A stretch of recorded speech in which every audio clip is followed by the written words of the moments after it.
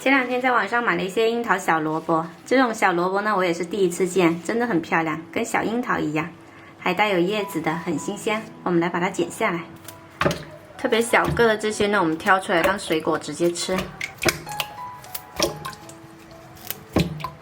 剪下来后清洗干净，再把头尾切去。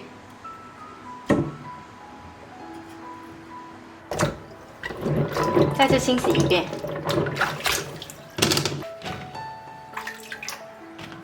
接着来把它切成片，但是不要切断，我们可以下面垫个筷子，这样切的比较匀称一些。切好后是这样子，这下面不要切断，还连着。全部切好了，加2勺盐，杀一下水分。燎匀了之后呢，放着腌制20分钟。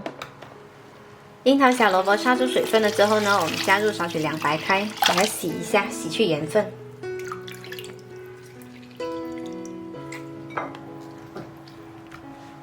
再来腌制一下，加入适量盐，200克白糖，100克白醋，最后再加入一点点陈皮末，再把它摇晃均匀，放着腌制1个晚上。如果这个盒子是玻璃盒呢，就可以直接这样腌啦。但我这个是塑料盒，我需要换一个容器。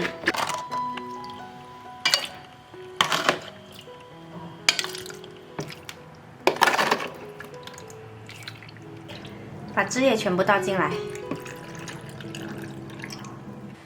盖好盖子，放在阴凉干燥处，或者说是冰箱冷藏保存。经过1个晚上的腌制，我们这一道餐前开胃小吃就做好啦，特别的酸甜爽口哦。这款樱桃小萝卜它营养价值很高，喜欢的朋友可以试一下。